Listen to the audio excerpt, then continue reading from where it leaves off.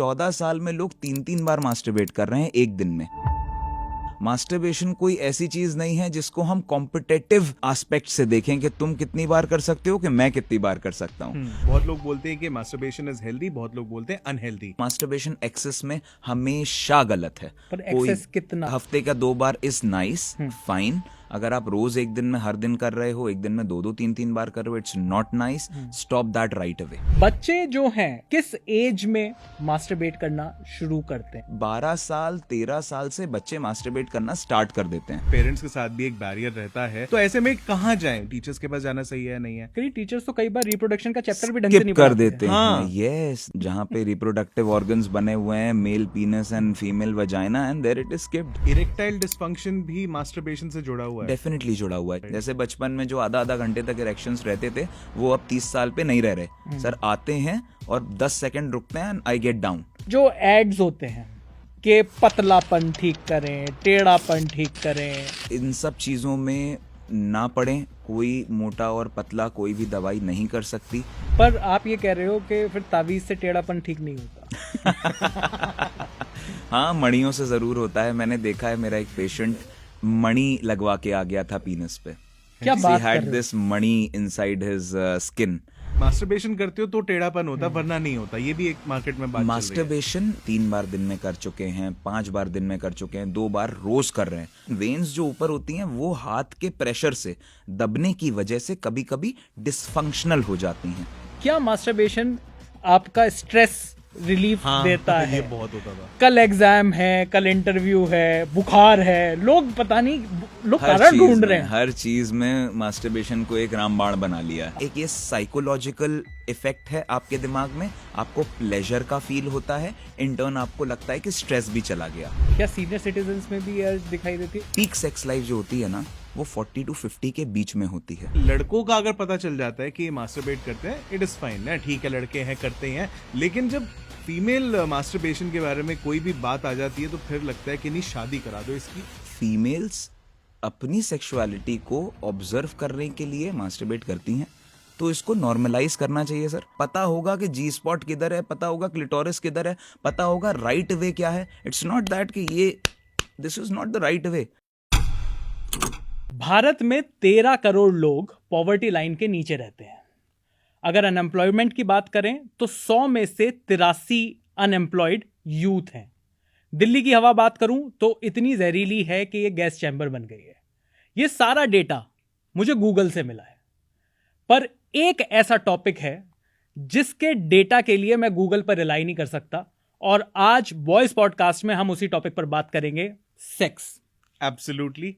और आपका अटेंशन हमने ले ही लिया है सेक्स बोल के, तो इसीलिए आज हम जो टॉपिक लेकर आए हैं और जो हमारे गेस्ट लेकर आए हैं, आपको मजा बहुत आने वाला है।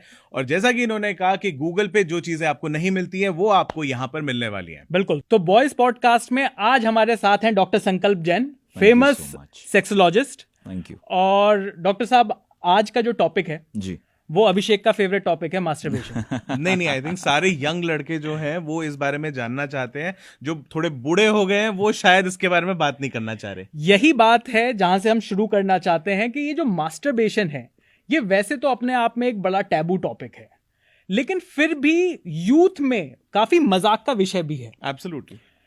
ये अगर मैं शुरुआत करूं इस टॉपिक की, पहला सवाल तो मैं आपसे यही पूछूंगा कि ये सही है, गलत है, किस दायरे में आता है? सो मास्टरबेशन सही है या गलत है, इसके पहले हम लोग एक बात करेंगे कि ये है क्या। बेसिकली ये फेवरेट टॉपिक किसी का नहीं है, ये एक डायरेक्शन लेस टॉपिक है। लोग दिग्भ्रमित हैं इस चीज़ के लिए, लोगों के पास में एक रेफरेंस पॉइंट नहीं है। लोग इस चीज़ को रेलेवेंसी के लिए या रेफरेंस पॉइंट के लिए कोई किताब नहीं खोल सकते, किसी की किसी की हेल्प सीख नहीं कर सकते। आप अगर फ्रेंड्स की हेल्प सीख करते हो, ही मे और मे नॉट बी राइट। आप अपने पेरेंट्स से you can't go up to them और उनसे कुछ आप बात नहीं कर सकते। ऑब्वियसली एक बैरियर है, और होना भी चाहिए। उतनी हम लोग रिस्पेक्ट आपस में रखते हैं। अपने सिबलिंग से नहीं बात कर सकते। हाँ, कुछ सिबलिंग्स आर ब्लेस्ड कि वो हर चीज को अपने डिस्कस करते हैं। So more of a favourite topic, it should be a more knowledgeable topic, because it's all about celebrating your self. Masturbation कोई ऐसी चीज नहीं है जिसको हम कॉम्पिटेटिव एस्पेक्ट से देखें कि तुम कितनी बार कर सकते हो कि मैं कितनी बार कर सकता हूँ, लेकिन बन क्या गया है। हम लोग स्कूल में बात करते थे, me being from a sexology background since 98 years now, मेरा आउटलुक अलग था, बट जो लोग थे उनका आउटलुक डिफरेंट था।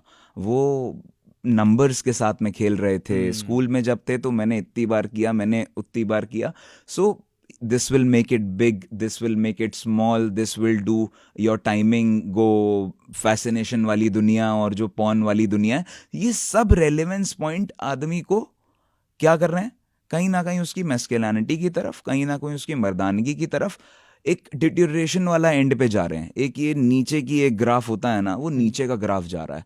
It should B taken care, and उसके साथ में उसके एस्पेक्ट्स देखते हुए सही और गलत का डिसीजन खुद इंसान को अपने आप लेना पड़ेगा। जब वो 14 साल 12 साल का है उस समय से लेना पड़ेगा। बट डॉक्टर, ऐसे में जैसे कहा आपने कि पेरेंट्स के साथ भी एक बैरियर रहता है, और जो साथ में दोस्त हैं या सिबलिंग्स हैं उनके पास सही इन्फॉर्मेशन नहीं मिल रही है, जी। और गूगल पे भी जाओ तो Right. सर्दी जुकाम भी ढूंढोगे तो कैंसर मिलेगा, मतलब उस पर तो Right. बिल्कुल रिलाई नहीं कर सकते। तो ऐसे में कहाँ जाएं, जो अडोलसेंट्स हैं, जो टीनेजर्स हैं, जिनको अभी अभी पता चला है, या जो मजाक का इसे एक विषय बना लेते हैं, तो वो किसके पास जाएं इन्फॉर्मेशन सीख करने के लिए? क्या टीचर्स ऐसे में कई बार वो भी बैरियर एक क्रिएट कर देते हैं, टीचर्स के पास जाना सही है नहीं है, या डॉक्टर्स ही इतने मतलब एक्सेसिबल हैं कि उनके पास जाया जा सकता है? आपने टीचर्स की बात करी, टीचर्स तो कई बार रिप्रोडक्शन का चैप्टर भी ढंग से स्किप नहीं कर पढ़ाते देते हाँ। हैं। Yes, this has happened with me in my college as well. जब मैं स्कूल में थे तब स्किप हो गया था वो चैप्टर, जहाँ पे रिप्रोडक्टिव ऑर्गन्स बने हुए हैं, male penis and female vagina, and there it is skipped. Teacher भी बोलेगी और जवाब नहीं देगी। और कई बार लड़के और लड़कियों को भी अलग अलग करके अलग वो अलग करते हैं कि करके, नहीं, वरना yes. मजाक हो जाएगा। तो अभी आपने जो पॉइंट उठाया ना टीचर्स वाला, हम बेस पे ही जाते हैं, रूट पे जाते हैं। रूट से ही हमारी सारी चीजें ना, वो ब्रिटिश वाला आ गया है सारा का सारा। लेकिन हमारे रूट कॉज अगर हमारा देखें तो ये बहुत ही खोखला, हमारा बेस ही खोखला है। सेक्सुअल हेल्थ के मामले में इंडियंस में बेस खोखला हो चुका है। ये हमारे जो मॉडर्न एजुकेशन सिस्टम है ना, ये कहीं ना कहीं उसकी बहुत बड़ी गलती है।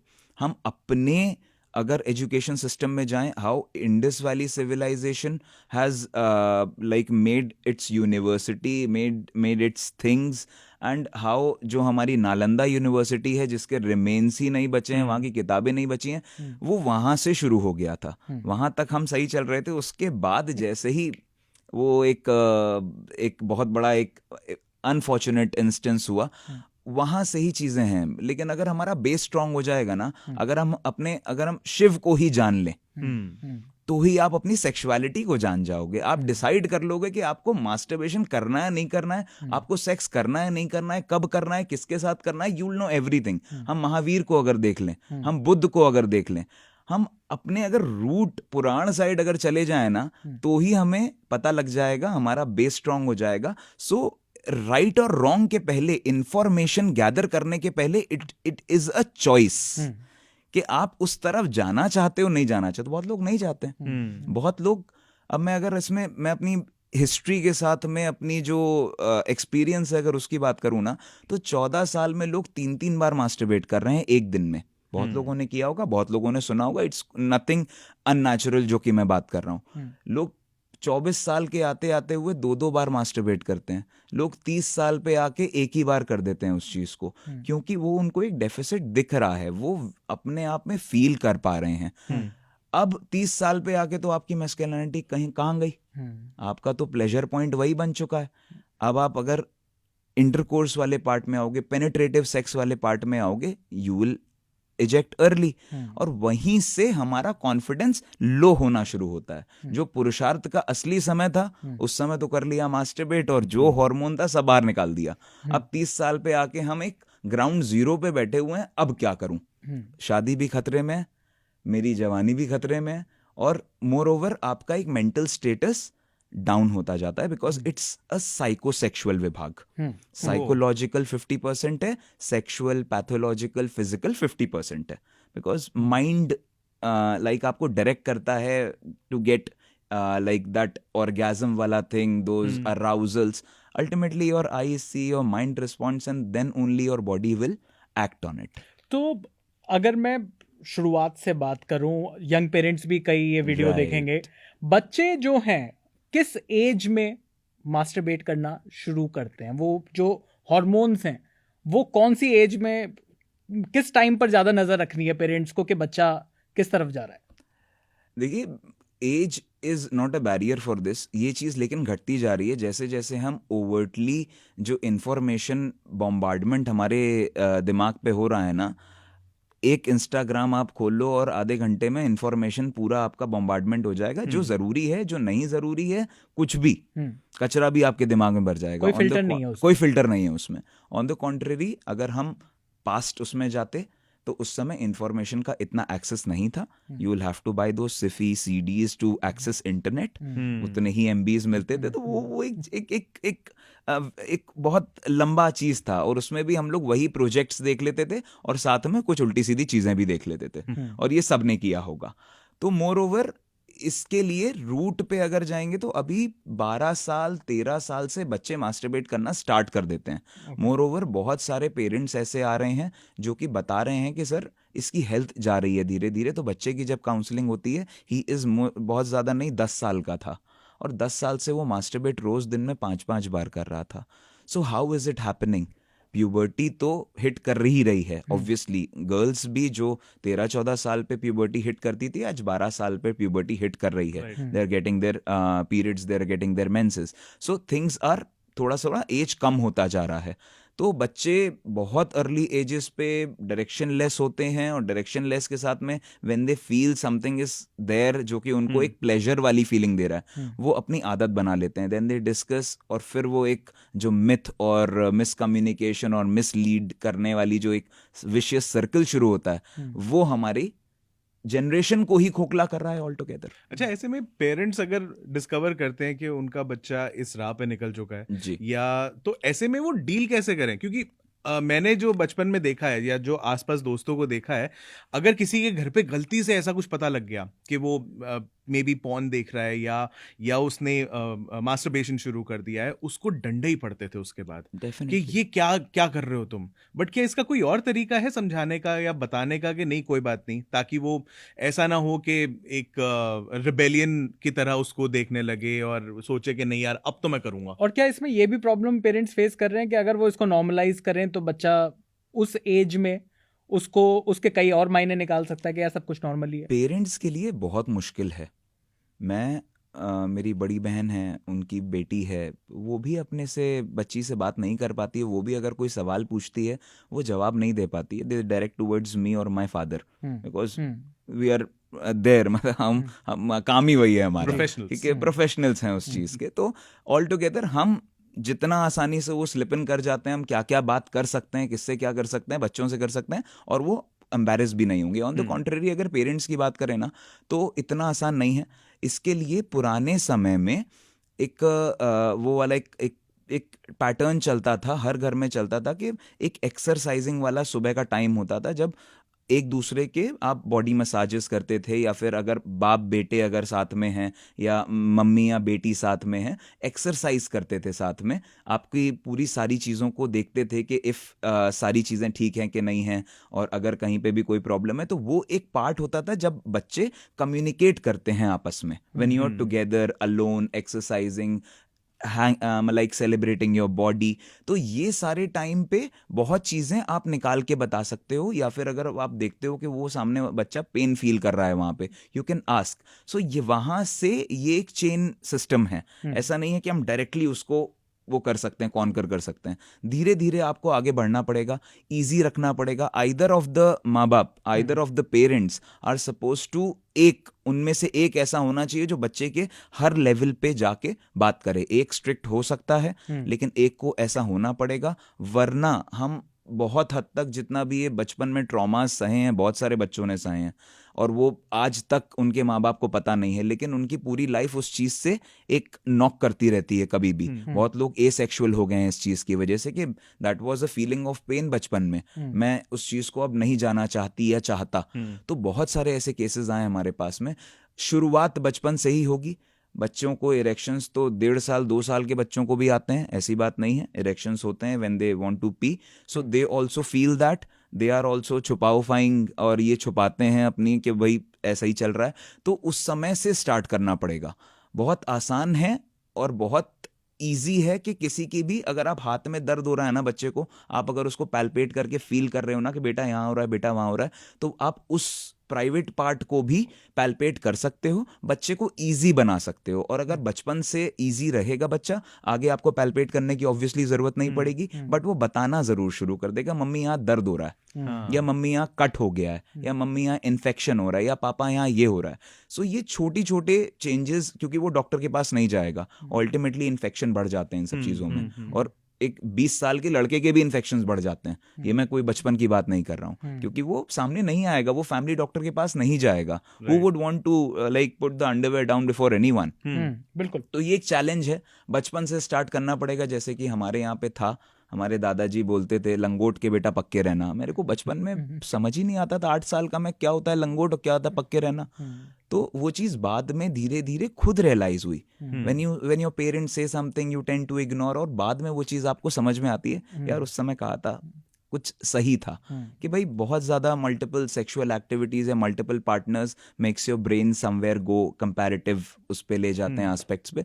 तो शुरू करना पड़ेगा बचपन से। और अभी जो नए पेरेंट्स हैं उनके लिए तो मैं यही कहूँगा कि अभी से शुरू करो, बात करना शुरू करो। ओपननेस इतना भी नहीं, ठीक है, एक दायरे में रह के हम बहुत सारी चीज़ें कर सकते हैं, और आसान भी है हमारे लिए। तो चलिए अब थोड़ा सा मिथ्स के बारे में बात कर लेते हैं, क्योंकि बहुत सारे लोगों के बहुत सारे सवाल होंगे। हमारे भी हैं कुछ सवाल, हमारे दोस्तों के कुछ सवाल हम ऐसे, हाँ एग्जैक्टली, हम अपने सवाल ऐसे छुपा देते हैं। हाँ, दोस्तों के सवाल हैं। और जो लोग इस टॉपिक को, इस वीडियो को अभी देख रहे हैं, वो कमेंट सेक्शन में जाकर अपने सवाल भी लिख सकते हैं। हम डॉक्टर साहब के साथ ये सीरीज लगातार आगे भी जारी रखेंगे, और जो भी आपके सवाल हैं वो डॉक्टर साहब तक पहुंचाएंगे, सो दैट आपको एक सही जवाब मिल सके, एक एजुकेटेड जवाब मिल सके। तो शुरू करते हैं मिथ्स का। बिल्कुल डॉक्टर साहब, सबसे बड़ा मिथ जी, ये जो एड्स होते हैं कि पतलापन ठीक करें, टेढ़ापन ठीक करें, और ये बचपन की गलती, मर्दाना ताकत, कहाँ घूम रहे हो ये सारे एड्स देखने के लिए? यार ये एड्स देखने के लिए घूमना नहीं पड़ता। अच्छा। ये एड्स आप रेलवे स्टेशन से बाहर निकलिए, आपके मुंह के सामने दिखाई देते हैं। सो ये जो एड्स हैं जी, एक सवाल ये कि क्या आदमी की इनसिक्योरिटीज पर खेलते हैं। दूसरा सवाल ये कि ये जो टेढ़ापन और ये जो अलग अलग तरीके की जो बातें हैं, क्या ये मास्टरबेशन से कॉज होता है? सबसे पहले तो इनसिक्योरिटीज़ के साथ ही पूरी ये इंडस्ट्री इस समय खेल रही है। और जहाँ पे आदमी की इनसिक्योरिटी की बात करते हैं तो उसको लाल पीली गोलियां देना, और उसको कोई भी ऐसी चीज़ दे देना कि ये लगा लो, पट्टी कर देना, बहुत सारी ऐसी चीज़ें चल रही हैं। और जैसा कि आपने बोला कि ट्रेन में भी चल रहे हो तो उसके ऊपर ब्लैक से लिखा हुआ है गुप्त रोगी मिले, हाँ। बाबा खा बंगाली एंड ऑल दैट, मतलब what ever is going on. But हम उस एरा के टाइम्स, उस एरा से हम लोग चल रहे हैं। आज 98 ईयर्स अगर हमने अपनी लेगेसी के कंप्लीट किए हैं, so from my forefathers to my grandfather to my father to me being the fourth generation, हमने उस चीज़ को देखा है, और उस चीज़ के लिए ऊपर फ़ायदा उठाते हुए लोगों को देखा है, जो साइड में तंबू लगा के लोग बैठे हुए हैं। सो वो आपकी कहीं ना कहीं इनसिक्योरिटीज़ को पकड़ लेते हैं, और उसके बाद you are just like an ATM for these guys. So इन सब चीज़ों में ना पड़ें। कोई मोटा और पतला कोई भी दवाई नहीं कर सकती। सब लोग वाइग्रास का इस्तेमाल कर रहे हैं अपनी दवाओं में, ओवर डोजेस दे रहे हैं। बहुत बार लोगों को किडनी की प्रॉब्लम हो जाती है इसके बाद में। कोई भी सर्टिफिकेशंस नहीं है इनके पास, कोई मेडिसिन्स GMP सर्टिफाइड नहीं होंगी इनकी, कि ड्रग लाइसेंस के साथ होंगी या कुछ भी, कुछ नहीं है इनके साथ। सो इससे हमें बचना पड़ेगा, इस मार्केटिंग गिमिक से बचना पड़ेगा। अब उस चीज़ की मोर फैसिनेटिंग मार्केटिंग गिमिक आई है कि शिलाजीत खा लो तो बॉडी बन जाएगी, शिलाजीत खा लो तो sex, you will be a beast, ashwagandha खा लो तो ये हो जाएगा। It's not the part of a marketing or a sales guy to send Shilajit to you. It's the part of a doctor. वो आपका हाइट, वेट, आपका एप्टीट्यूड, आपका mental आजकल स्टेटस, सोशल मीडिया पे बहुत सारे इन्फ्लुएंसर्स प्रमोट भी कर रहे हैं ना, Promote एकदम कर शिलाजीत रहे हैं। और ये और वो सब it's all for the profit और आर द अफिलिएट पर कुछ होता है इस चीज उससे? में। अरे भैया, ऑब्वियसली प्लेसिबो इफेक्ट जरूर होता है, साइकोलॉजिकल इफेक्ट जरूर होता है कि आप कुछ खा रहे हो, काला काला रोज घोल के खा रहे हो रिलीजियसली, इतना तो आप 108 माला की जाप कर लो तो आप उससे ज्यादा ऊपर पहुंच जाओगे। तो it's about the trust, it's about feeding your insecurity. उस शिलाजीत की डिब्बी ने आपकी इनसिक्योरिटी को फीड किया है, इन टर्न आपका ब्रेन इज रिस्पॉन्डिंग वेल। सो ये सब वही चल रहा है। और प्रोबेबिलिटी रेशियो पे चलता है, 10 लोगों को दिया, 4 लोग अगर अच्छे हो गए, रिव्यूज आ गए, उसके बाद में 6 लोगों को कोई फायदा नहीं हुआ, बिकॉज आयुर्वेदिक मेडिसिन यही बताया गया है कि कोई नुकसान नहीं है, खा लो तो कोई परेशानी नहीं होगी। बट ऐसा नहीं है। लोगों को इस चीज़ के लिए बहुत जागरूक होना पड़ेगा। आप अपनी बॉडी में क्या डाल रहे हो आपको पता रखना पड़ेगा, और कहाँ से आ रहा है, कोई सोर्स, कोई डॉक्टर है, कोई वो एक्सपीरियंस डॉक्टर है उससे आ रहा है, या फिर ये क्वैक्स जो मार्केट में है उनसे आ रहा है। So everything has to be taken care. साथ साथ हमें इन सब चीज़ों से बचना पड़ेगा, और तभी हम अपने लाइफ को, अपने एक उसको जो एक मीनिंगलेस लाइफ लोगों की हो चुकी है ना, उसको मीनिंगफुल एंड पे लेकर जा सकते हैं। पर आप ये कह रहे हो कि फिर तावीज से टेढ़ापन ठीक नहीं होता? हाँ, मणियों से जरूर होता है। मैंने देखा है, मेरा एक पेशेंट मणि लगवा के आ गया था पीनस पे। क्या बात कर हैड रहे हो? दिस मणि inside his skin. So Haryana का पेशेंट था, और मतलब मेरे लिए बहुत एस्टॉनिशिंग था। मेरा पहला केस था, ये 6 साल पहले की बात है। रिसेंटली मैंने, उस समय 4 ही साल हुए थे मेरे को प्रैक्टिस करते हुए। I came back to my father, I saw him, all the reports and everything, all the ultrasounds, everything. मैंने कहा पापा देयर इज अ मणि इनसाइड इट। मैंने कहा हाँ, हम लोग देख चुके हैं इसको, बहुत रेयर होता है, लेकिन बाबा लोग इसमें मणि अंदर डाल देते हैं। बहुत बार ऐसा होता है। दिस इज फॉर समवेयर नक्षत्र ठीक हो जाएंगे, और समवेयर व्हेन यू पेनिट्रेट, सो जो रबिंग होगी तो उससे फीमेल को प्लेजर ज्यादा आएगा। It's just like the spiked condoms. So it was a real spiked condom that this person had. So yes, तावीज से टेढ़ापन ठीक नहीं होगा। और टेढ़ापन जो ये आप देखते हो, ये एक परेशानी है। मेडिकली अगर हम इसको बोलें, इसको पायरोनीज डिजीज कहते हैं। इसमें क्या होता है, पेनिस में इट्स जस्ट ब्लड फ्लो और कुछ नहीं है, कोई हड्डी नहीं है, कुछ नहीं है, इट्स अ फ्लैसिड ऑर्गन। जब ब्लड फ्लो आ जाता है तो पेनिस टाइट हो जाता है, नाइट्रिक ऑक्साइड का प्रेशर बढ़ जाता है, तो ब्लड फ्लो आता है and it keeps your penis erect. On the contrary, जब ये टेढ़ापन तब होता है जब फाइब्रोसिस हो जाता है, कैल्सिफिकेशन हो जाता है, ब्लॉकेजेस हो जाते हैं। इन ब्लॉकेजेस को ही लोग मार्केटिंग में टेढ़ापन और ऐसापन, पैसापन, ये पतलापन, ये सब कर रहे हैं। बट ये भी बीच में बोलते हैं ना कि नहीं, मास्टरबेशन करते हो तो टेढ़ापन होता, वरना नहीं होता। ये भी एक मार्केट में बात चल रही है। मास्टरबेशन बहुत बार, जब इस तरीके से जो मैंने बताया, 3 बार दिन में कर चुके हैं, 5 बार दिन में कर चुके हैं, 2 बार रोज कर रहे हैं, मतलब रिलीजियसली मास्टरबेशन को फॉलो कर रहे हैं, और ये सब करते हैं कि सर 7 साल से मैं तो रोज दिन में 3 बार करता ही करता हूँ। ऐसे ऐसे केसेस आते हैं हमारे पास में। Obviously it's somewhere वैस्कुलोजेनिक।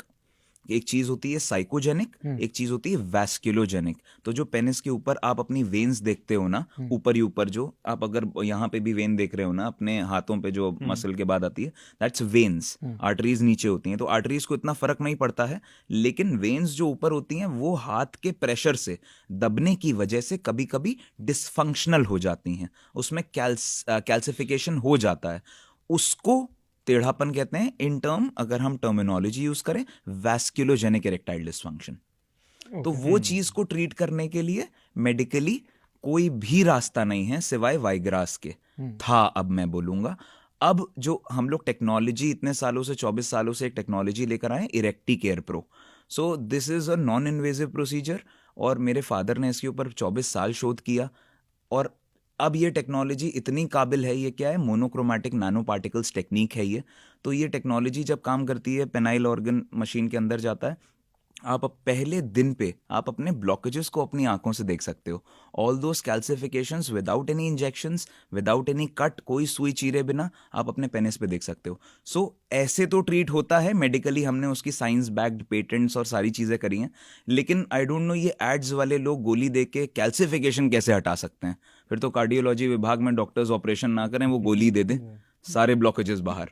लेकिन आपने जैसे फ्रीक्वेंसी की बात करी जी, सही फ्रीक्वेंसी क्या है? मतलब फ्रीक्वेंसी, कितनी फ्रीक्वेंसी के बाद आप ये कहोगे कि यार इस आदमी को तो शायद नशा हो गया ये करने का? और इसके साथ में सॉरी एक सवाल और जोड़ रहा हूं मैं कि बहुत लोग बोलते हैं कि मास्टरबेशन इज हेल्दी, बहुत लोग बोलते हैं अनहेल्दी। तो इसमें फैक्ट क्या है और मिथ क्या है? देखिए, फैक्ट और मिथ में ना एक बाल जितना फर्क होता है। आप किसी भी चीज की अति अगर कर रहे हो ना, तो मिथ बन जा रही है। आप बोल रहे हो masturbation is good for health, I am saying it's not good, it's not bad. It's about celebrating yourself, your pleasure. आप कर सकते हो, ऐसा नहीं है नहीं कर सकते हो, बट वीकली अगर आप एक बार कर रहे हो, 2 बार कर रहे हो चलेगा, मंथली एक बार कर रहे हो, 2 बार कर रहे हो, 4 बार कर रहे हो चलेगा, लेकिन उसको रिलीजियसली फॉलो करोगे नहीं, मेरे को मंथ में 4 बार करना ही करना है, डॉक्टर साहब ने बोला है। अगर आप उसको बोलोगे नहीं हफ्ते में मैं 2 बार करके रहूंगा, ऐसा नहीं है, बिकॉज आप एक मीनिंगलेस अगर लाइफ जी रहे हो ना, तो आपका मास्टरबेशन ही एक सहारा है अपने दिमाग को रिलीव करने का, लेकिन उसके बाद में गिल्ट की फीलिंग भी आती है, सबको आती है। सिमिलरली अगर आप उस चीज को एज अ प्लेजर वो कर रहे हो कि ठीक है now I feel good about myself, good music, good I am able to feel myself, उस समय आप मास्टरबेट करो तो it's not a problem, it's nice, but बहुत एक्सेसिव ऑफ मतलब ये तो कहा गया excess of anything is bad, तो मास्टरबेशन एक्सेस में हमेशा गलत है। पर एक्सेस कितना, मतलब हफ्ते का 2 बार इज नाइस, फाइन। अगर आप रोज एक दिन में हर दिन कर रहे हो, एक दिन में 2-2 3-3 बार कर रहे हो, it's not nice, stop that right away. तो जो हफ्ते का 2 कर रहे हैं मतलब वो फिर भी ठीक है, लेकिन उससे ज्यादा थोड़ा सा गलत है, थोड़ा सा क्या, बहुत ज्यादा गलत है, बहुत ज्यादा गलत है। लेकिन एक इसके साथ एक और मिथ है या जो मैंने स्कूल के टाइम पर या फिर जब हम कॉलेज वगैरह में थे तब हम बात करते थे, और मैं क्योंकि एक बॉयज हॉस्टल में भी रहा हूं तो वहां पर भी एक बड़ा कॉमन टॉपिक हुआ करता था, क्या मास्टरबेशन आपका स्ट्रेस रिलीफ देता है? ये बहुत होता था। कल एग्जाम है, कल इंटरव्यू है, बुखार है, लोग पता नहीं,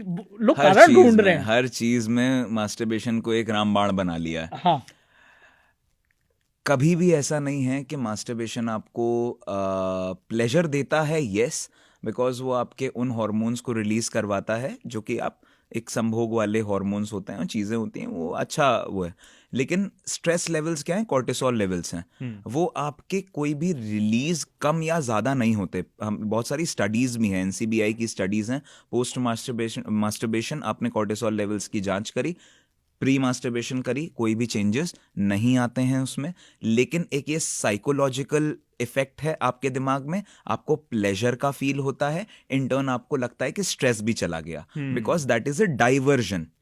सो आप किसी भी चीज, स्ट्रेस को भगाने के लिए आप किसी भी चीज की तरफ डाइवर्ट करोगे, आप ब्रीदिंग एक्सरसाइजेस करने लगोगे, वो भी आपका स्ट्रेस हटाएगा, आप एक मल्टीविटामिन ही ले लोगे, वो भी आपका स्ट्रेस हटाएगा। So moreover it's a myth के स्ट्रेस बस्टर है, बट आपको वीकर साइड पे ज्यादा लेकर जाता है, बिकॉज आपने अपना मेन हार्मोन जो इतने मतलब it is a last hormone, जैसे दूध के बाद में घी बनता है लास्ट में, घी का कोई बाय प्रोडक्ट हो सकता है क्या? It's the end. सिमिलरली सप्त धातु होती हैं, तो लास्ट बिल्कुल जो धातु बनती है वो है वीर्य, सीमन, उसको आप बार बार बाहर नहीं निकाल सकते, it's the main masculine hormone of yours, so you shouldn't waste it off. और क्या ये ज्यादा जो मास्टरबेट कर रहे हैं, क्या जब शादी के बाद, क्या ये फर्टिलिटी, इनफर्टिलिटी में भी क्या इसका योगदान है? क्या फर्टाइल आदमी, जो फर्टिलिटी है इंसान की, क्या वो भी कम करता है? क्या ये रिलेशनशिप्स भी अफेक्ट करता है लोगों के? डेफिनेटली करता है। आपका मेंटल स्टेटस जिस तरफ आपको ले जाता है, आपको प्लेजर ज़्यादा। बहुत सारे ऐसे पेशेंट हैं, there was one 45 years old patient who called me, who told, sir पूरी, मेरी 2 बच्चे भी हैं, बताया उसने, सर लेकिन पूरी ज़िंदगी में मैं सिर्फ महीने में 1 से 2 बार अपनी वाइफ के साथ में सेक्सुअली एक्टिव हूँ मैं, लेकिन रोज़, this is a every day job for me, मैं वापस आता हूँ, I go to the bathroom, I sleep on, I masturbate every day. मेरी अर्जेस हैं, लेकिन मेरी अर्जेस वहाँ पे पूरी नहीं होती हैं, मास्टरबेशन पे पूरी हो जाती हैं। तो ये बहुत लोगों के साथ हो रहा है, इससे फर्टिलिटी लाइफ, रिलेशनशिप्स, इवन डाइवोर्सेस भी हो रहे हैं इस एक मास्टरबेशन की आदत की वजह से। क्या इसमें आदमी को मजा आ रहा है या फिर बीवी मना कर रही है? नहीं सर, इसमें क्या है, साइकोलॉजिकली पेशेंट जब मास्टरबेट बहुत ज़्यादा करता है, जैसे मैंने बताया, आप पेनिस को हाथ से पकड़ते हो, आप कभी कभी फ्रस्ट्रेशन में लूज पेनिस के साथ भी डिस्चार्ज करने की कोशिश करते हो, आप हर तरीके से पेनिस को टॉर्चर करते हो, क्योंकि अब वो साइकोलॉजिकली स्ट्रेस बस्टर आपके लिए बन पाया कि जब निकलेगा तभी स्ट्रेस आएगा, हटेगा। तो मोर ओवर ये क्या है, सामने वाला फीमेल के साथ में फेलियर्स का सामना करने लगता है, इरेक्ट नहीं होता है, जल्दी डिस्चार्ज हो जाता है कि सर मैं इरेक्ट हुआ, होने के बाद में मैं जैसे ही पेनिट्रेट करता हूँ 2 times 5 times and I will get discharge. तो उस एंजाइटी, उस शर्मिंदगी से बेहतर है मैं मास्टरबेट ही कर लूं.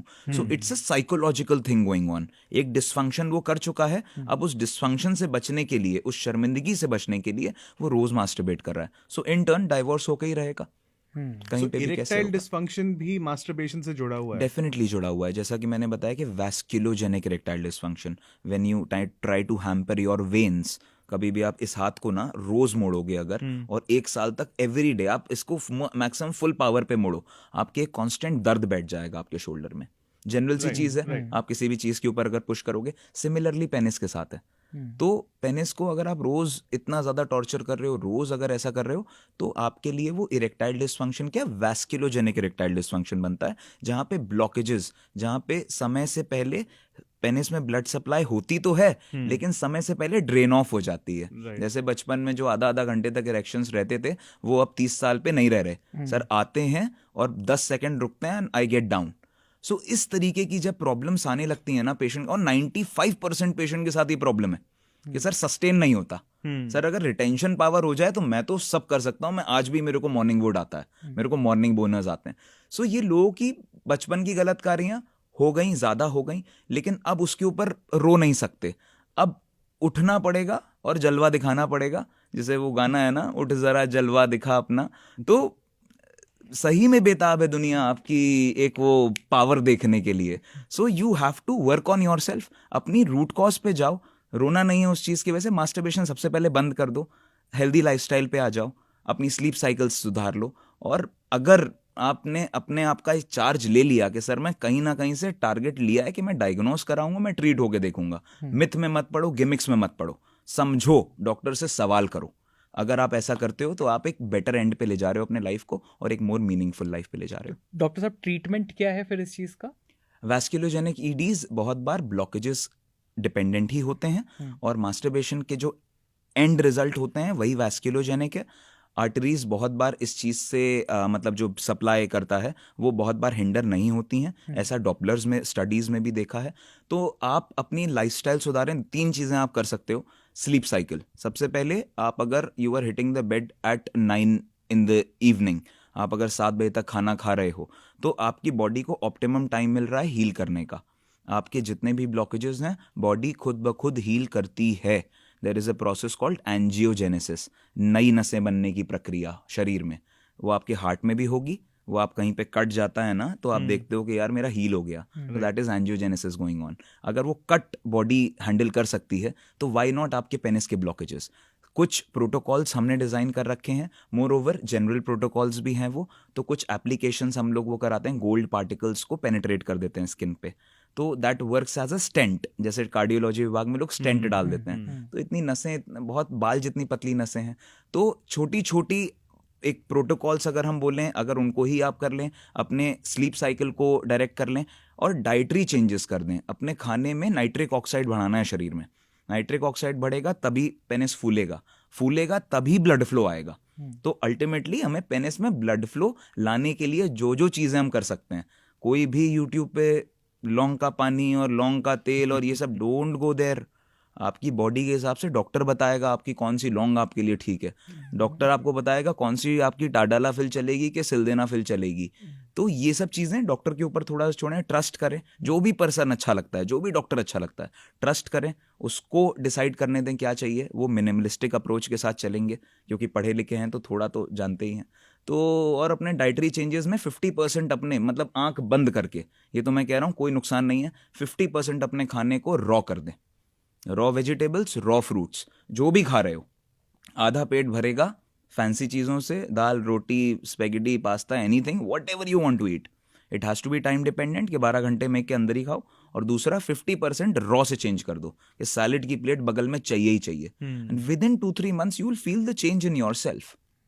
तो लॉन्ग करने के चक्कर में, लॉन्ग के चक्कर में ना पड़े. लेकिन ये लॉन्ग एंड शॉर्ट से एक और मिथ याद आया कि बहुत से लोग कहते थे भाई स्कूल कॉलेज वाले टाइम पे कि मास्टरबेशन करोगे तो ज्यादा लॉन्ग होगा, एज इन के साइज जो है आपका मास्टरबेशन पे डिपेंडेंट है. क्या इससे होता है क्या कुछ ऐसा? Masturbation is a steroid to your penis. आप स्टेरॉइड कभी भी लेते हो ना, आप फीवर में भी स्टेरॉइड अगर इंजेक्शंस ले लो ना, आप एकदम से विद इन 12 घंटे आप बिल्कुल ठीक हो जाओगे. 7 दिन नहीं लगेंगे. सिमिलरली पेनिस में ब्लड फ्लो अकस्टम करता है। मास्टरबेट करते हो तो आपको दिखता है कि अच्छा उस दिन मैंने मास्टरबेट किया था तो इतना था, आज मैंने मास्टरबेट किया तो मेरे को और ज़्यादा प्लेजर आ रहा है और ब्लड फ्लो है और बड़ा दिख रहा है मेरे को। लेकिन इन टर्न वो अपनी मैक्सिमम प्रेशर के बाद में फूटने वाला है। तो अल्टीमेटली जब ब्लॉकेजेस आने वाले होते हैं ना तो पेनिस की वेन्स अपने मैक्सिमम प्रेशर पे जाती हैं, उसके बाद फिर श्रिंक होना शुरू होती हैं। तो जिस समय जो बड़ा दिख रहा है ना वहां तक की नॉलेज ठीक, इसके बाद जो होने वाला है that's when we come into role. Okay doctor साहब, अर्जेस की हमने बात जी। करी, तो अभी हमने शुरुआत में बात करी कि बच्चों के अंदर ये जो अर्ज है वो 10 Right. साल से 12 साल से वो शुरू हो जाती है। राइट। क्या सीनियर सिटीजन्स में भी ये अर्ज दिखाई देती है? क्योंकि कई बार हमने देखा है कि कई बार पेरेंट्स को भी पकड़ा जाता है पॉर्न देखते हुए, और मैं Right. पॉर्न के टॉपिक पर अलग से आऊंगा, लेकिन क्या ये जिस तरीके से एज बढ़ रही है, क्या ये तब भी ये आग कब तक रहती है, ये अर्ज? सर देखिए, इसमें ना मेरे अगर डेटा वाइज मैं बात करूं, मेरी खुद की ओपीडी में अपने एक्सपीरियंसेस की बात करूंगा। What is going in the world I don't know, मैं अपनी क्लिनिक की बात करूंगा, अपने एक्सपीरियंस। 60% पेशेंट 40 ईयर्स से 65-70 ईयर्स तक है मेरे यहाँ, 60% पेशेंट। तो आप ये समझिए पीक सेक्स लाइफ जो होती है ना वो 40 to 50 के बीच में होती है। आप हम स्टूडियो में बैठे हुए हर लोग, सब लोग 30-40 के अंदर ही होंगे, लेकिन जो 40 to 50 ईयर्स वाली सेक्स लाइफ है ना वो पीक पे होती है और बेस्ट सेक्स लाइफ होती है। और आप हमसे ज़्यादा सेक्स लोग कर रहे हैं उस एज ग्रुप में, क्योंकि एक स्टैचर पे आप पहुंच चुके होते हो, एक मेंटल सेटअप होता है, यू हैव ट्राइड एवरीथिंग 40 साल तक and you know what works for you. If cotton कपड़ा works for you, if polyester works for you, however you are. लेकिन अपनी चॉइसेस खाने को लेकर भी बना चुके हो, पहनने को लेकर भी बना चुके हो, घूमने को लेकर भी बना चुके हो, सेक्स को लेकर भी आप अपनी कंफर्टेबल स्टेट में चॉइसेस बना चुके हो। तो वहां से कोई टारगेट्स नहीं रह जाते, कोई पैसा कमाने की होड़ नहीं रह जाती, बट एक सेक्स लाइफ अपनी बॉडी का सिंक हस्बैंड एंड वाइफ का सबसे ज़्यादा होता है। सो बहुत अच्छा सेक्स करते हैं। तो 40-50 के लोग, जो लोग डिस्फंक्शंस में हैं, अगर वो ऐसा फील करते हैं अब तो उम्र हो गई डॉक्टर साहब, 45 साल पे लोग आके बोलते हैं सर वैसे तो मेरी एज हो गई है but still I want something power in me. तो मैं बोलता हूँ सर एज नहीं हुई है, 65 ईयर्स के भी मेरे पेशेंट हैं, he is getting married, trying to get another baby. So it's about your zeal. It's about how you want yourself to grow in life. 50 साल पे भी लोग ग्रो करते हैं, so why not you? मैं पॉर्न के role पर भी आना चाहूंगा जी। डॉक्टर साहब यहाँ पर, क्योंकि पॉर्न के बारे में एक मेरे पास डेटा है कि दुनिया भर की ये जो पॉर्न वेबसाइट्स हैं जी। उस पर 30 से 70% तक का जो ट्रैफिक है राइट। वो इंडिया से आता है। जी। और अगर हम पॉर्न कंजम्पशन की बात करें तो जो मेन का जो average time spend on a website, on a porn website है वो लगभग 8 मिनट है, और विमेन का 8.5 मिनट है। यानी कि ये जो फाइंडिंग्स हैं ये बताती हैं कि अगर पॉर्न वेबसाइट्स पर आदमियों से ज़्यादा टाइम स्पेंड औरतें कर रही हैं, क्या ये पॉर्न भी एक बहुत बड़ा फैक्टर है मास्टरबेशन के लिए? और क्या ये पॉर्न एक बहुत बड़ा फैक्टर भी है ये सेक्स रिलेटेड परेशानियों के लिए? मैंने आपको पहले ही बताया था कि इट्स अबाउट चॉइस। बहुत लोग, सबने पॉर्न देखा है बचपन में, कुछ लोग अडिक्ट हो जाते हैं बिकॉज डाइवर्जन नहीं होता है, कुछ लोग अपने अपने काम में लग जाते हैं, porn is just a secondary thing for them कि हाँ भाई आज समय मिल गया है तो आज देख लेते हैं, या सॉफ्ट पॉर्न देख लेते हैं, या कुछ भी देख लेते हैं। आजकल सॉफ्ट पॉर्न तो you swipe in and you have this चीज़ें आजकल online. So all together porn websites एक बहुत बड़ा रीज़न है, लेकिन ये चॉइस भी है। आप अगर बचपन से इसका एक्सेस बच्चों को दे रहे हो तो वो एडिक्शन ही बनेगा, वो कोई बहुत ल्यूक्रेटिव या प्रोडक्टिव एंड पे नहीं आने वाला। सो इसका फिल्टर लगाना पड़ेगा बच्चों के लिए। 18 साल से नीचे नहीं बोलूँगा मैं, 15 साल से नीचे बोल देता हूँ। आजकल 15 साल के बच्चे are as equally standing with the beard as we are. True. हमारे टाइम पे नहीं था, इतनी जल्दी प्यूबर्टी हिट नहीं करी थी, लेकिन अब जिस तरीके से प्यूबर्टी हिट कर रही है, हम 15 साल तक बोलें, बच्चों को एक फ़िल्टर देना पड़ेगा, फ़ोन्स में फ़िल्टर देना पड़ेगा। जैसा कि बहुत सारी कंट्रीज़, चाइना है, जापान है, these people have the filters. वो क्या कंटेंट कौन कंज्यूम करेगा, these people direct it. But हम लोग क्या हैं, एक शोध करने वाली कंट्री हैं, कुछ भी शोध करना है डाल दो।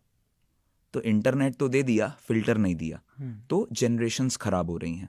इसको कहीं ना कहीं होल्ड करना पड़ेगा। लेकिन अगर मैं बच्चों की बात करूं तो फिल्टर जब तक नहीं आ रहा है, स्कूल्स में एजुकेट करना स्टार्ट कर दो, और एजुकेट भी किसी रेफरेंस पॉइंट के साथ में। आप अगर बोलोगे मास्टरबेशन गलत है बेटा, आज से मत करना, व्हाट डू यू थिंक बच्चा जाके मानेगा इसको? नहीं, आपको कनेक्ट करवाना पड़ेगा कि भाई this is the natural power, this is the things, teach them logic.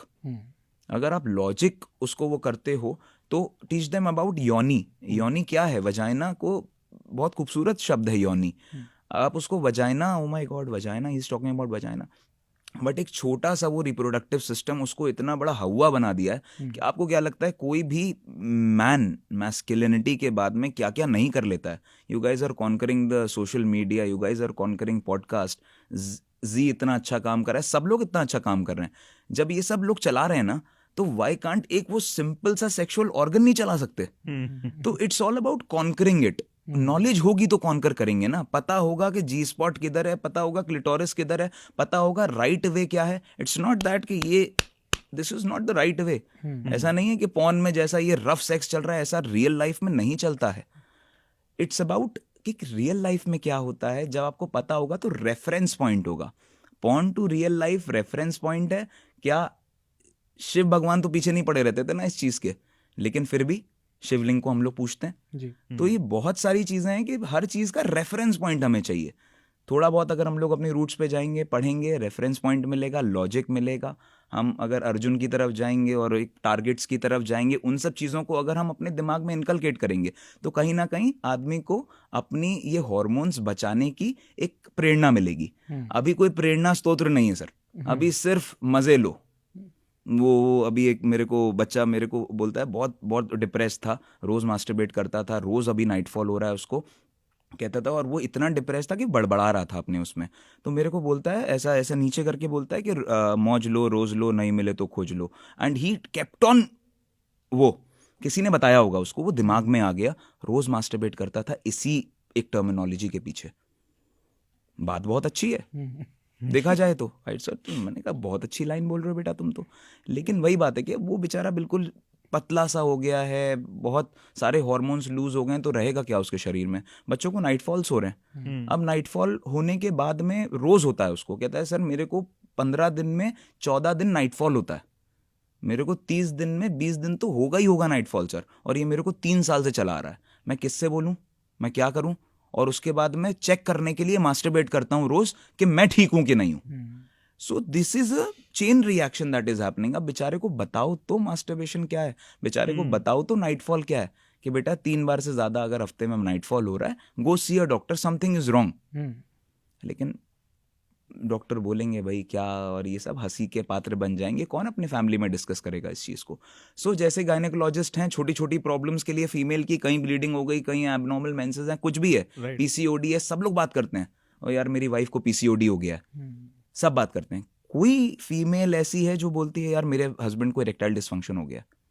No, this is a barrier that the society has made, and you need to conquer these vagina, the योनी, the penis, the लिंग।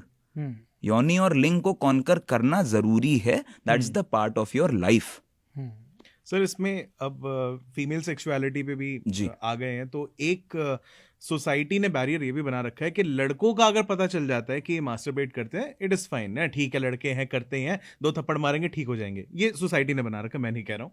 लेकिन जब female masturbation के बारे में कोई भी बात आ जाती है तो फिर लगता है कि नहीं शादी करा दो इसकी, अब इसको घर में रखने लायक नहीं है, पता नहीं कहाँ कहाँ क्या क्या कर लेगी, एक ये भी सोच है। तो ये फीमेल मास्टरबेशन के ऊपर मतलब आप क्या इसमें कहोगे कि कितना हेल्दी है, कितना नहीं है, और इसको नॉर्मलाइज कैसे करें, या क्या करना चाहिए या नहीं? बहुत बार फीमेल्स अपनी सेक्सुअलिटी को ऑब्जर्व करने के लिए मास्टरबेट करती हैं। बहुत बार क्या, बहुत ज़्यादा करती हैं। हम लोग एक हॉस्टल में रहे हैं, पूरा मेडिकल MBBS वाले टाइम पे एक हॉस्टल में रहे, तो हम लोग सब डिस्कस करते थे, बीट मेल बीट फीमेल, हम लोग के लिए कुछ भी अब डिफरेंस नहीं रह गया था, क्योंकि रोज़ फर्स्ट ईयर में ही एक कैडेवर था हमारे पास, एक डेड बॉडी थी, and she was a female. हम 15 बच्चे थे शायद, हाँ 15 बच्चे थे, एक बॉडी मिलती थी 15 बच्चों को। सो सेक्सुअलिटी तो वहाँ से ख़त्म ही हो गई। क्या होता है पीनस, क्या होता है वो, एक डेड था, उसका पीनस बिल्कुल इरेक्ट था, and he was a dead man. मतलब करीब 12-15 बॉडीज़ थी हमारे पास हमारे कॉलेज में, हमारे DH में, डिसेक्शन हॉल में। तो ये सब चीज़ें रोज़ देखनी थी, रोज़ उसके ऊपर से चादर हटाना था, रोज़ उसके ऊपर कट्स लगाने थे। तो ये चीज़ हम लोग के बीच में तो ख़त्म हो गई। तो हमने बहुत बार बात करी है, बहुत लोगों के बारे में सुना है, एवरीबडी इज़ मास्टरबेटिंग। ऐसा नहीं है कि मास्टरबेट नहीं करें, everybody wants to feel their sexuality, everybody wants that pleasure. किसी किसी को क्लिटोरिस रब करके आ जाता है, किसी किसी को कोई चीज़ पेनिट्रेट करनी पड़ती है। बीट मार्कर्स, बीट दीज सब्जियां, बीट एनीथिंग, बहुत चीज़ें बहुत लोग यूज़ करते हैं। लेकिन अब इस चीज़ में बहुत बार इंजरीज हो जाती हैं। वहाँ से पता लग जाता है कि भाई कुछ ब्लीडिंग हुई है, डॉक्टर ने बताया कि हाँ मैंने ये इंसर्ट किया था। तो इसको नॉर्मलाइज करना चाहिए सर। ऐसा नहीं है हर लड़की के पास में एक्सेस है एक बॉयफ्रेंड का। कुछ लोग इंट्रोवर्ट भी होते हैं, बहुत लोगों को नहीं ज़रूरत है इन सब चीज़ों की, और इसमें कुछ भी खराबी नहीं है। There is nothing that a female discharges. और मोर ओवर जब वो एक पेनिट्रेटिव और एक इमोशनल सिंक के सेक्स के साथ आती है तो she feels a better part of it, कि हाँ भाई वो चीज़ नहीं है। इसीलिए फीमेल्स में मास्टरबेशन बहुत वर्कआउट नहीं करता है। They need more, they need, मतलब आप किसिंग से स्टार्ट करते हो, आप नेक पे आते हो। सो इसमें फ्रेगरेंसेस का भी बहुत रोल होता है। अगर आप एक मेल सेक्सुअलिटी और फीमेल सेक्सुअलिटी को वो करते हो, सिंक वाला, वो एक अलग टॉपिक है ऑल टुगेदर। लेकिन ये जो एक सिंक वाला सेक्स है ना, वो सबसे अच्छा है रादर देन, मतलब सिर्फ उस किसिंग और उस पेक से ही, सिर्फ उन लव बाइट्स का भी अपने आप में एक पीछे साइंस है पूरा का पूरा। ऐसा नहीं है कि लव बाइट्स किसी और ने बनाया है। हमारे कामा सूत्र में लिखा हुआ है 8 टाइप की लव बाइट्स होती थी। लोग इससे कम्युनिकेट करते थे, if I have left that mark on you, that's the next time we are going to meet. So all these kind of science is there, but हम इस चीज को सेलिब्रेट करने की बजाय ना क्या कहेंगे उसमें ले गए। हमें पढ़ना पड़ेगा, पढ़ना इज वेरी इंपॉर्टेंट, बहुत ज़रूरी है कि पढ़ो अपने। पहले तो ये जो ब्रिटिश वाली सारी चीज़ें हैं ना, ये पढ़ो, ठीक है, साइन थीटा कॉस थीटा सब पढ़ो, कभी काम नहीं आने वाला। लेकिन हाँ, एक बार अगर आप कामा सूत्र भी अगर पढ़ रहे हो ना, अगर उसकी चीज़ें पढ़ रहे हो, बहुत सारे आप ओशो पढ़ रहे हो, या आप कोई भी पढ़ रहे हो, कुछ भी अच्छा जो हमारे ओरिजिन है, कोई पुराण पढ़ रहे हो, आप शिव के बारे में पढ़ रहे हो, महावीर के बारे में पढ़ रहे हो, everything will give you something and this will give you a direction. ये एजुकेशन सिस्टम डायरेक्शन नहीं देता आपको। 12th में आके भी आप वहीं खड़े होते हो, मैं क्या करूं अब, जबकि उनके यहाँ आप जाओ 10th से बैठा देते हैं। अगर आपको डॉक्टर बनना है, 8th में बच्चा डॉक्टर बनना है, तो वहाँ क्लिनिक में अंदर बैठा हुआ है डॉक्टर की, उसको बैठना पड़ेगा, उसको 2 साल की इंटर्नशिप करनी पड़ेगी, तब जाके उसको एडमिशन मिलेगा मेडिकल में। This is the direction that British system और American education is giving to their children, and what are we doing? Obsolete. Obsolete system हमारे पास दे दिया। हम 20 साल वैसे भी पीछे हैं, सारी ऑब्सोलीट टेक्नोलॉजीज हमारे पास आती हैं, तो बच्चे हमारे ऑब्सोलीट नहीं हो। उसको सिर्फ स्कूल में डालना ज़रूरी नहीं है, बहुत ज़रूरी है उसको पढ़ाना, और रियल पढ़ाई माँ बाप ही करा सकते हैं और कोई नहीं करा सकता। तो ऐसे में माँ बाप की काउंसलिंग भी आप करते हो या करनी चाहिए? यस, बहुत ज़रूरी है। माँ बाप जो नहीं फील कर पा रहे हैं, दीज पीपल नीड काउंसलिंग। उनको डायरेक्शन, माँ बाप को भी तो डायरेक्शन चाहिए, वो भी बेचारे डायरेक्शन लेस थे, क्योंकि उनकी जनरेशन में उनको नहीं मिला होगा, उनको नहीं मिला, तो वो क्या है, वही हो गया ना, डायबिटिक कैपिटल एक ऑफ इंडिया हम लोग बन गए हैं। डायबिटिक कैपिटल इंडिया बन गया है, अगर किस लिए बना है? तो हमारी जनरेशंस में ही खोखलापन डाल दिया, वो हरित क्रांति, ग्लूटेन बढ़ा दिया ऑलरेडी। अब तो हमारे जनरेशनल डायबिटिक हो गए हैं। अच्छा, मैं तो पूछता ही हूँ, फादर डायबिटिक हैं? अच्छा ठीक है, तुम्हारी हिस्ट्री है तो तुम्हें होगा ही होगा। मतलब एक हम लोग दिमाग में लेके चलते हैं कि वो मेडिसिन ना दें जो ग्लाइसेमिक इंडेक्स बढ़ाती हैं। तो ये हमारी टर्मिनोलॉजीज हैं। तो सिमिलरली अब यही हो रहा है। तो पेरेंट्स नीड काउंसलिंग, पेरेंट्स अच्छे कोचेस को डायरेक्ट करें, डॉक्टर्स को डायरेक्ट करें, बताएं, पूछें, इस पॉडकास्ट से बहुत कुछ जान जाएं। किताबें उठा लो, कोई काउंसलिंग की जरूरत नहीं है, पढ़ना सीख जाओ, किताबें उठा लो, अपने आप आपको डायरेक्शंस मिलेंगे। बिल्कुल। तो टीचर्स को भी आई थिंक सबको बहुत जरूरी है। तो किताबें उठानी बहुत जरूरी है, और अगर किताब उठाने में अगर आप अभी भी हिचकिचा रहे हो, तो आप ये पॉडकास्ट की जो सीरीज है ये भी आप देख सकते हो, क्योंकि यहाँ पर डॉक्टर संकल्प जैन लगातार आकर आपके सवालों के भी जवाब देंगे। डॉक्टर साहब, इस पॉडकास्ट को एड करने से पहले जी, आखिरी सवाल मैं ये पूछना चाहूंगा कि अगर कोई टिप्स हैं क्या बेटर सेक्सुअल हेल्थ के लिए, या फिर इस मास्टरबेशन की ये अगर किसी को लत लग गई है जी, उस लत को कम करने के लिए? अच्छी दिनचर्या एक बेस होता है हर चीज़ का। आपको अपने, अगर आप एक वर्किंग प्रोफेशनल भी हो, if you are working in a cubicle, you have to let your skin breathe. आप जितने कपड़े चढ़ाते जाते हो, आप अगर रात में भी पॉलिस्टर पहन के सो रहे हो, you are not letting it breathe. These skin has cells देख सकते हैं, सेल्स कैन फील. आप यहाँ पे अगर चिकोटी भी काटोगे ना, आपको दर्द होगा. अब इतना अगर फीलिंग है इनमें, तो ये जितना भी ढका हुआ है, इसको आपको थोड़ा सा सनलाइट में निकालना पड़ेगा. Let these people see, let these people decide what is going on in the world. और उसके साथ साथ आप अगर मतलब इसको ब्रीथ करने देते हो, स्किन को अपने पावर देते हो ना, इस चीज़ के सेल्स को अपने पावर देते हो ना, वहाँ से आपका दिन शुरू होना चाहिए. अगर आप ऐसी चीज़ सन में निकल रहे हो, लेटिंग योर स्किन ब्रीथ, अगर आप 4 बजे तक अपना सब कुछ कर कर आके 4-5 बजे तक अगर वाइंड अप करके, if you are eating good till 7, if you have a good family time, and if you are hitting bed by 9, अगर आपकी वो पूरी की पूरी सर्किल है, और अगर आप 5 बजे फिर से एक फ्रेश उठ रहे हो, आपके टेस्टोस्टेरॉन्स कभी भी डाउन नहीं होंगे. ये फॉर श्योर है, प्रूवन तरीका है. आप अपनी डाइट्स को अगर कंट्रोल रख रहे हो, टाइम डिपेंडेंट रख रहे हो, हम 12 घंटे में दिन को बांट देते हैं कि भाई 12 घंटे कुछ भी शरीर में डालो, 12 घंटे शरीर में कुछ भी खाने का नहीं जाना चाहिए. तो 7-7, जैसे ठंडे आ गई हैं तो 7-7 का रेशियो बना लिया, गर्मियां हैं तो 6-6 बना लिया कि मैं 6 बजे तक मेन चीज़ अपने कर लूँगा. और उसके बाद आपका बॉडी को let your body play its role. आप अपनी बॉडी को समय नहीं दे रहे हो. आप ना एक्सरसाइज करोगे, और करोगे भी तो जिम में जाके करोगे. वही एसी, वही दूसरे की कार्बन डाइऑक्साइड, एंड अल्टीमेटली और वही ट्रेडमिल. आपके नी जॉइंट्स जाएंगे ही जाएंगे ट्रेडमिल पे. मोमेंटम नहीं है बॉडी का, बॉडी मूव नहीं कर रही है, और ब्रेन इज नॉट मूविंग, सामने चल रही है स्क्रीन. तो अल्टीमेटली आप उसी विशियस सर्किल में हो. Go to a park man, go and have this oxygen. ठीक है, बाहर बहुत पोल्यूशन है, वो जहर भी ठीक है, carbon dioxide, pure carbon dioxide और एसी से, जो कि क्लोरोफ्लोरोकार्बन्स का भी एक पार्ट होता है एसी में. तो ठंडा कैसे हो रहा है? तो जब आप गैसेस सूंघ सकते हो, कार्बन डाइऑक्साइड सूंघ सकते हो, पसीना सूंघ सकते हो, उस सर्कल में ही रह सकते हो, why can't you hit the ground? बाहर ही निकल जाओ, रोड पे ही जाके बैठ जाओ. बाहर के लोग सबसे पहले बाहर निकल के चबूतरे पे बैठ जाते थे, आपने देखा था. That was all scientific thing going on. Your brain has seen everything. कौन सी गाय क्या कर रही है, कौन सा कुत्ता क्या कर रहा है, कौन सा पड़ोसी क्या कर रहा है, you know everything about it. Now we don't know. हम एक बंद कमरे में हैं, हम सिर्फ अपने जॉब पे जा रहे हैं, वापस आ रहे हैं, एंड देन खर्चा किस पे कर रहे हैं?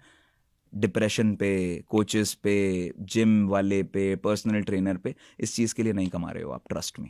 आपको थोड़ा सा आगे बढ़ना पड़ेगा और अपनी बॉडी को डिसाइड करना पड़ेगा. Let your body be its king, you don't try to conquer it. Absolutely. Thank you so much doctor साहब, इस चीज़ के ऊपर इतना इंसाइटफुल एक्सप्लेनेशन देने का. आगे भी हम आपसे बात करते रहेंगे, सो दैट जो हमारे व्यूअर्स हैं वो उनके सारे सवालों के जवाब आपको यहाँ पर मिलेंगे. तो अगर आपको ये वीडियो पसंद आया हो तो इसको लाइक और शेयर ज़रूर करिएगा. साथ ही साथ कमेंट्स में आप अपनी कोई भी परेशानी, कोई भी सवाल जो भी है वो आप वहाँ पर लिख सकते हैं. और अगर शर्म भी आ रही हो तो फेक आईडी बना के फिर सवाल लिख देना, कहीं पहचाने ना जाओ. हम मतलब किसी दोस्त को भी एट्रीब्यूट कर सकते हैं. सही बात है, किसी भी दोस्त को एट्रीब्यूट कर सकते हैं कि उसने ये सवाल पूछा है. पर आप अपने सवाल ज़रूर पूछिएगा. Thank you for watching this podcast. आप देख रहे हैं स्विच.